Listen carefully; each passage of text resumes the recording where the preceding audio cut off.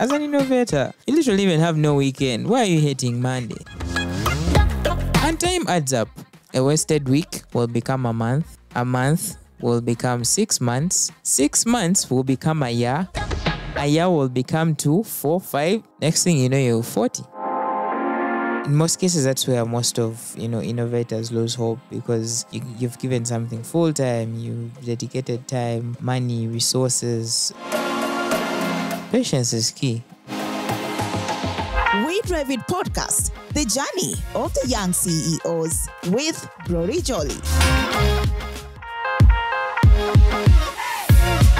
Mambo vipi mwana Afrika Mashariki, na kukaribisha tena katika We Drive It podcast. I'm your host Glory Jolly, where we talk about driving into the fantastic journeys of young CEOs and young innovators shaping the world around us. Today, I'm having a young innovator who is doing incredible work, inspiring people, impacting the community here in Uganda. I feel I don't need to mention even his name. Let it be a surprise, but also I feel not to tell a lot about him. Let me give him a chance to speak it all by himself.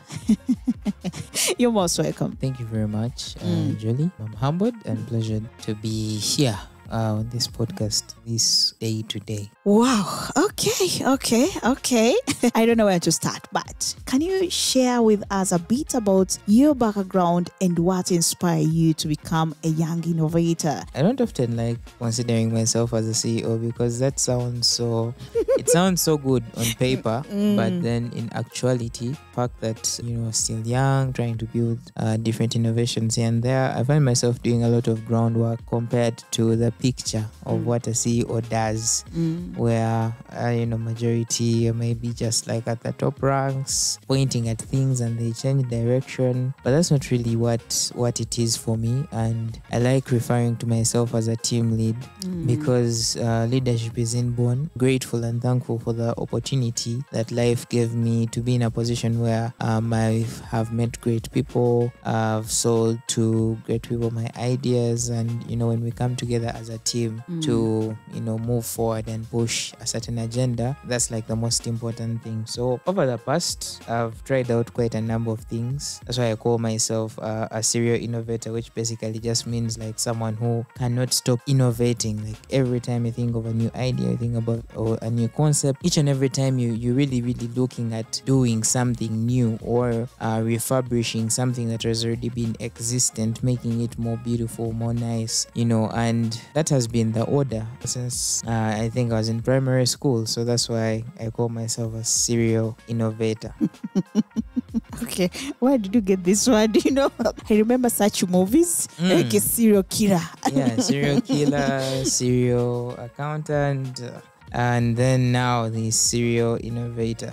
Well, one of the innovators I do follow, he is running an innovation that is similar to mine. He is called Emmanuel Yegon. Okay. Runs mobile journalism, East Africa. East Africa. Yeah, he's based in Nairobi. So he said it sometime that he's a serial innovator. So it caught my attention, and the meaning it had was also very, very paramount because, he was saying the truth. Now, because you have done a lot, but there may be specific one that you know what, I'm standing for it here. Here I have a name there. At the moment, I am the team lead at Shifted Perspectives. Shifted Perspectives, which is our innovation that we are highly anticipating for to blow up and building, and we're just excited for how much potential Shifted Perspectives has. So Shifted Perspectives is a mobile storytelling organization that focuses on telling stories, but with the use of our mobile devices. So this could be a phone, this could be a tablet, this could be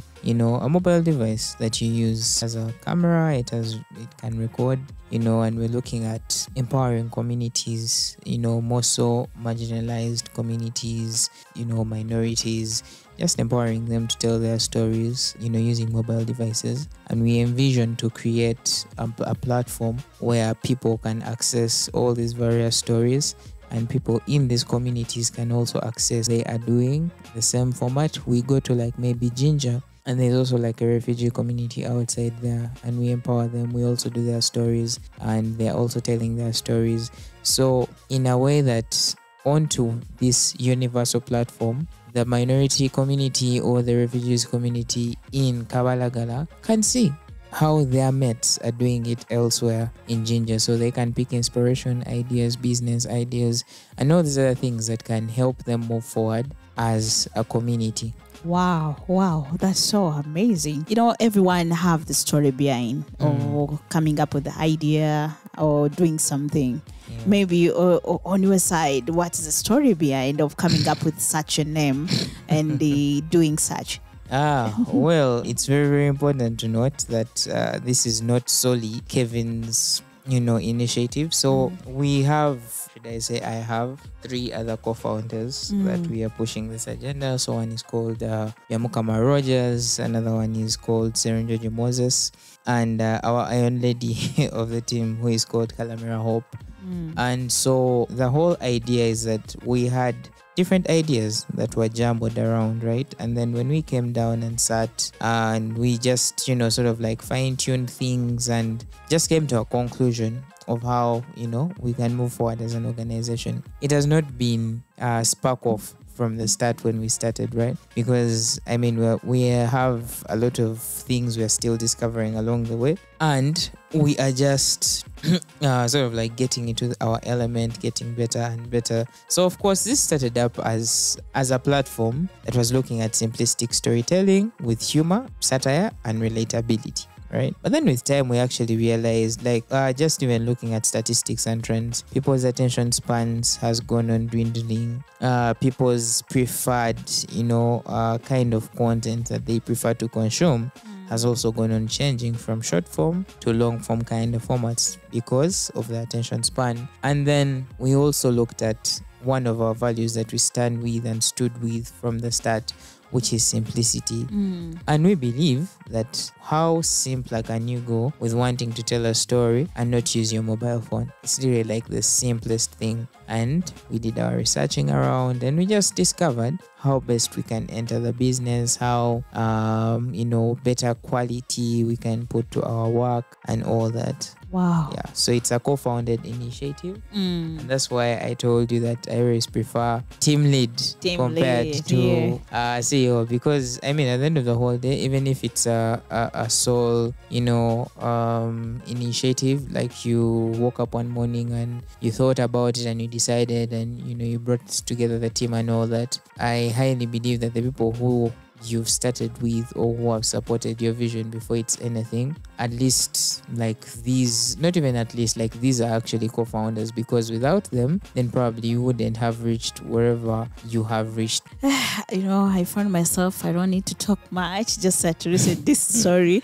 and this journey. When you are starting something or when you're in the journey of doing something, there are always challenges. What are the earlier challenges you faced when you started this with your group, and how did you overcome them? Well, I personally and my team, we are blessed to be in a community of the Media Challenge Initiative that is very supportive for young innovators like us, and the fact that we have all passed through their fellowship program. They're always willing to support us, be it technical advice, be it physical advice. You need like someone to help you out onto something, or just basic consultation of wanting to know this and that. So our journey, we're not yet there, but I would say so far it is smoother because of like such conditions that have been put there. The biggest challenge that we have as innovators, more so like starting up from scratch, is the issues of financing. Yeah, exactly. Right? The issues of financing, because truth is passion, however much you're very passionate about something, but passion doesn't pay bills, right? Passion is not going to pay your transport facilitation. And even when the space we are in is providing us with the space to build whatever we want, you have to consider logistical issues. And this year we just decided, we're like, okay, let's first embark on seeing how we can bring partners on board that are probably putting money into our pockets, or even just on the side, as individuals working out like some things that bring back money. So that's actually like one of the biggest challenge there is when it comes to the financing issue. What would be like the third and one of like the big challenges out there is the sacrifices that come with it, right? Yeah. Like for instance, if you've decided to do full-time building of an innovation, there's so many things you're going to leave aside so that you can focus on this one thing, right? But then if you're still having like logistical challenges, still having like financial challenges, that's a very, very big challenge, because that means you are really going to try to put into something that you're not really ripping out from, but you have a vision in. So in most cases, that's where most of innovators lose hope, because you've given something full time, you've dedicated time, money, resources, and I mean that's where some parents really start looking at you as an unserious person. But you have your vision, you have your dream, you have your goal. So it's one of those things that you step into, and as a team lead, of course, you have to show that you have to step up, in the leadership positions, and really show whoever you're working with or the team that you're working with that it is very, very possible.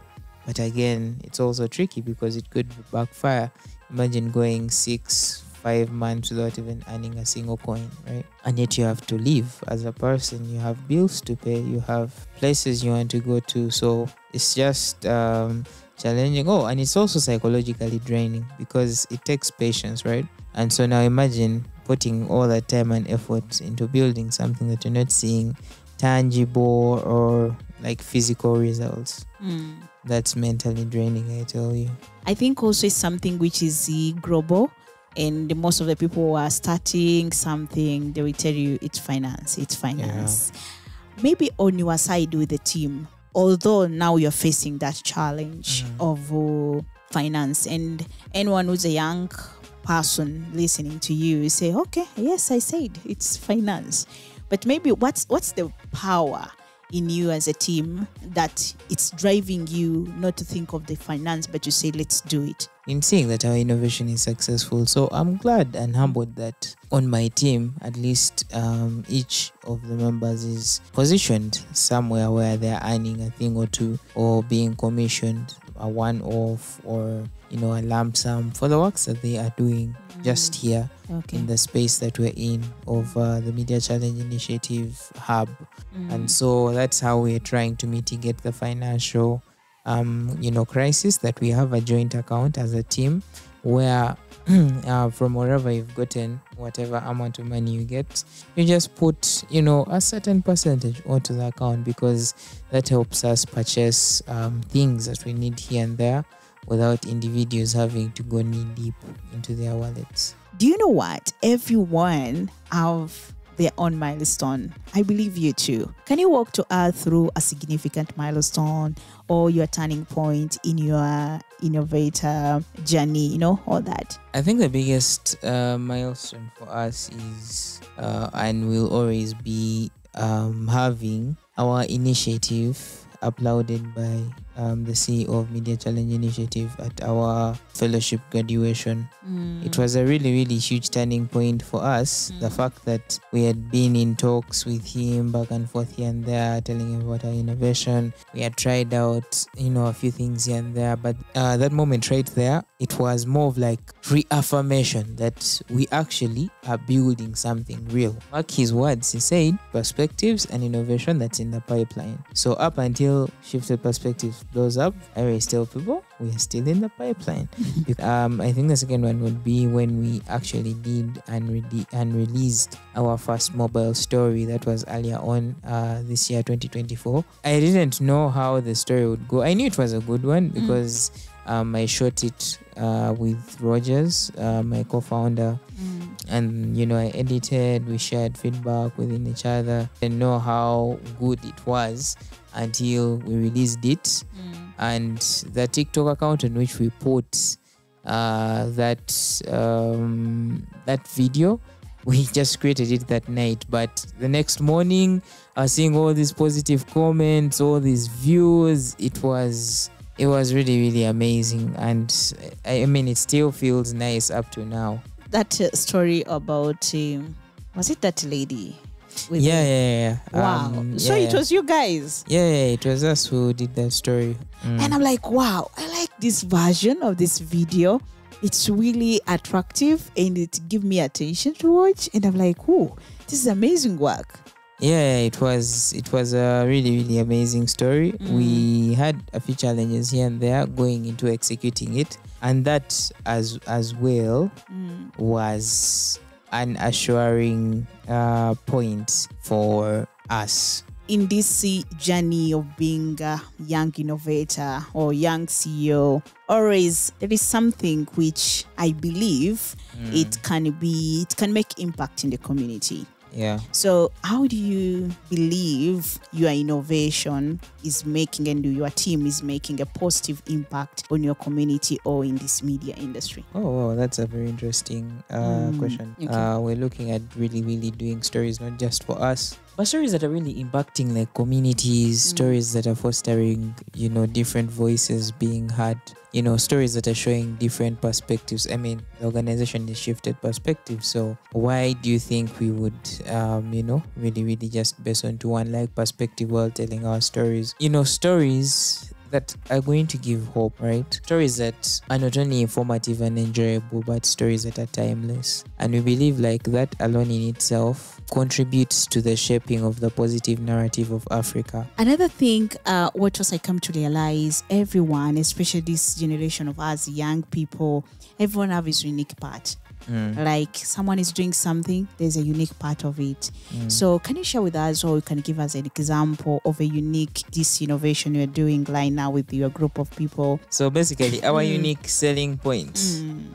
So shifted perspectives, our unique selling point is just the simplicity in the stories that are being told and the human aspect to the stories. So what do I mean by the human aspect? Okay. We understand that people are humorous, people are free to, say things here and there. The question of if most of these things are censored, scripted and all that solely relies on the creative, right? Because it's not like these are live conversations that are just going to go on air. But when we let people fully express themselves, you get the human side of things. Like for instance, you pressing yourself, say something in Swahili, right? But now that is the real you. That is the real, Jolly. You understand? Yeah. That expression fits best said this way. And for us, we're not limiting any of the characters. For the rest of the unique things that one would identify or look at when looking at shifted perspectives, they can just simply look us up on our different platforms. That is Shifted Perspectives on LinkedIn, the Shifted Perspectives TV on YouTube, Shifted Perspective like TI on TikTok, and Shifted Perspectives Uganda on X, or formerly known as Twitter. Twitter. I was going to ask you that question of you to share the social media platform, but you're very quick. But it's okay. It's okay. I've used the chance to hijack the opportunity. Another thing which is also I came to realize, me personally, when someone tells me, not Glory, you're a leader, and I usually I don't want to be a leader, but in certain way I came to realize I'm a leader. And to be a leader, it comes also when you start to be a team leader, maybe a young innovator doing something. It means you already have those elements of being a leader. Yeah. What leadership qualities do you believe are essential for young CEOs, young innovator, and how do you embody them in your role? The first and very most important thing is listen more than you speak. The moment you master that, then I don't think any leadership position would fail you. The reason why people fail to work with teams and all that is because they feel like they should be speaking more, or they should be giving commands more, or they should be foreseeing everything. Then the second one, be patient. Patience is key. And with patience, that includes you being understanding, you being listening, you being calculative with decisions that you take, not making drastic decisions. Patience will take you a long way, and it will take you some time. And I think that leads me to what would be the last one, of knowing how to talk. But then in this game that we are in, you have to tame all those things. you understanding your people on the team also terms how you talk to these people and how these people interpret the things you're saying. If you master those are like my basics, my qualities as a leader. It's something also I usually kind of avoid such question or to think much what's the future ahead on something maybe I'm doing. But right now, if someone come back with this question to me, I think I can have the answer. So I think also this question really will fit you. Okay. Where do you see yourself as a young innovator, or where do you see yourself in this innovation you are with your team in the next 5 years? And what are your long-term goals? Well, the long-term goals, in 15 years, having expanded into 10 African countries, right? So that is in Eastern Africa, Western Africa, Central Africa, and the southern part of Africa, right? So that's like in 15 years. In 10 years, we are looking at having solid partnerships and collaborations with various entities, organizations, and also having expanded our team from just 4 people to a team of over 30 plus, because I mean, at the end of the whole day, we will also be, creating employment opportunities for fellow youth like us. And in 5 years, which I would say the near future, still having an expansion to the team from just 4 to about 10 people for the start. And then if God wills, like how we plan, we look forward to having entered our first African continent that we're looking at penetrating, and of which just to pinch for you from the big chunk of bread, we're looking at Nairobi, Kenya. I'll be sitting. God give me grace to be in the long years. I see all this. You will. You Yes. will definitely see. So we are coming at the end a little bit of the podcast, but in this end of it, what advice will you give to other young people that you inspire to become innovators or young CEOs or entrepreneurs, For any young innovator out there, whatever you think of, whatever you see out there, it's possible. It's just a matter of you deciding whether to pursue it or not. And 2, most importantly of it all, having a positive mindset. I would say to just life, but to almost everything. It's from the small things, like hating Monday. As an innovator, you literally even have no weekend. Why are you hating Monday? Because this is where you're going to go, step into offices, meet partners. It should be your best day of the week. So it's just having like a positive mindset, like waking up. And trust me, if you're out there listening and you think this is banter, just wake up one day and demotivate yourself from the moment before you even leave your bed, and you tell me if that will be a productive day. So how do you start a week on an unproductive note? So, and time adds up. A wasted week will become a month. A month will become 6 months. 6 months will become a year. A year will become 2, 4, 5. Next thing you know, you're 40. I guess that's it. Just saying it's true. I'm someone back then I could say I ate Monday. But if you know what you want and want to achieve, you won't say it's very bad. You will see as a normal days and to achieve something. That's what I know. If you're hearing us, change your mindset that Monday is not a bad day. So Kevin, even you maybe have ever done something and say, I wish I knew. Let me bring it back, relating with what we've been discussing in your journey, all that. Maybe can you share with us, maybe if you have? My wish I knew moment in life. I wish I followed my passion and my love for media and anything related to media. I think I would be so far right now. But again, I believe in timing. Okay, regarding to this innovator you're doing with your team, so maybe there's a variable lesson, maybe you pick a piece of wisdom that you learn when you started this journey. You're in the journey. Even me, I'm still in the journey. And that you wish you knew you could start that thing. Well, of course, from the set go, if I wish I knew that at the end of the whole day, we're just going to focus and narrow down into mobile journalism. I think right now we would be having Why many stories? I mean, we started, the journey is enjoyable already, and we're just looking forward to what lies in the near future. Maybe do you have anything to add on for these young people who are listening to you? For any young person out there, normally they say don't listen to what people are telling you, go do your thing. But I differ. I say listen to what people are telling you, sit down, sieve, pick out what's important, reflect onto it, look at a way forward. And dash it out, because not everyone that is telling you anything is wishing you all the best or wants you to prosper. These are wise words in deep can say in this journey. Thank you for being with me in We Drive It podcast. Welcome. Asante sana Kevin kwa kuwa nasi katika podcast hii. Naamini wengi ambao umesikiliza hasa katika lugha ya Kimombo umejifunza mengi. Surely me have learned a lot. To all our listeners na wasikilizaji, remember to follow us in Spotify for Podcaster, MCI Radio, or you can download our app in your phone, especially for people who are using Android. Download it in a Google Play there, MCI Radio. Then you can get to listen all the podcasts which have inspiring journeys of young CEOs and young innovators in We Drive It podcast. Until next time, keep driving towards your dream.